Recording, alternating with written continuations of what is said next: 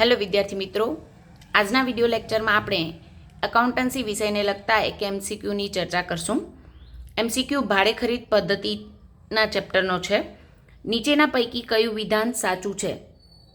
Option પહેલો, ભાડે ખરીદ પદ્ધતિમાં વ્યાજ દરેક હપ્તા વખતે રોકડ કિંમતની બાકી રકમ પર ગણાય છે. ઓપ્શન બીજો, ભાડે ખરીદ પદ્ધતિમાં વ્યાજ દરેક હપ્તા વખતે કરાર કિંમત પર ગણાય છે. ઓપ્શન ત્રીજો, ભાડે ખરીદ પદ્ધતિમાં વ્યાજ દરેક હપ્તા વખતે કરાર કિંમતની બાકી રકમ પર ગણાય છે. અહીંયા કીધું છે કરાર કિંમત પર ગણાય છે, અહીંયા કીધું છે કરાર કિંમતની બાકી રકમ પર ગણાય છે.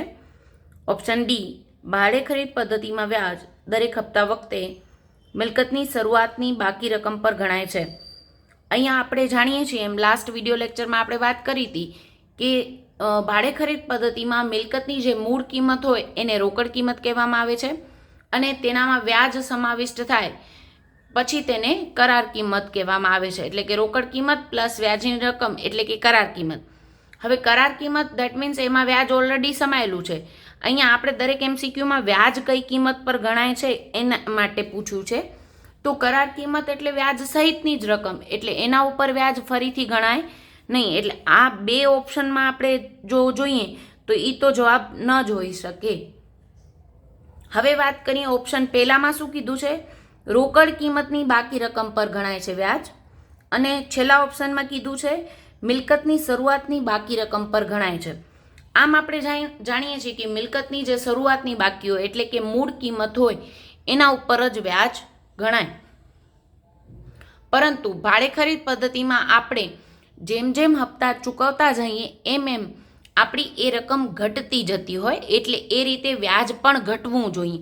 શરૂઆતની બાકી ઉપર જ ગણીએ તો 50,000ની મિલકત હશે શરૂઆતની રોકડ કિંમત, તો દર હપ્તા વખતે આપણે 50,000ની રકમ ઉપર વ્યાજ ગણશું તો દર વર્ષે સરખું આવશે અને એ છેલ્લા હપ્તાઓ વખતે એ વધુ પણ કહેવાશે. જ્યારે રોકડ કિંમતની પેટે જેટલી ચૂકવણી આપણે કરતા જઈએ દર હપ્તે વખતે એ રીતે જો વ્યાજ રોકડ કિંમતની બાકી ઘટતી જતી હોય એ રીતે આપણે ચૂકવણીની રકમ જેમ ઘટતી જાય એમ વ્યાજની રકમ પણ ઘટતી જતી હોવી જોઈએ. એટલે ઓપ્શન એ છે એ આપણો રાઈટ આન્સર છે. રોકડ કિંમતની બાકી રકમ હોય એના ઉપર જનરલી વ્યાજની ગણતરી થતી હોય છે. Thank you.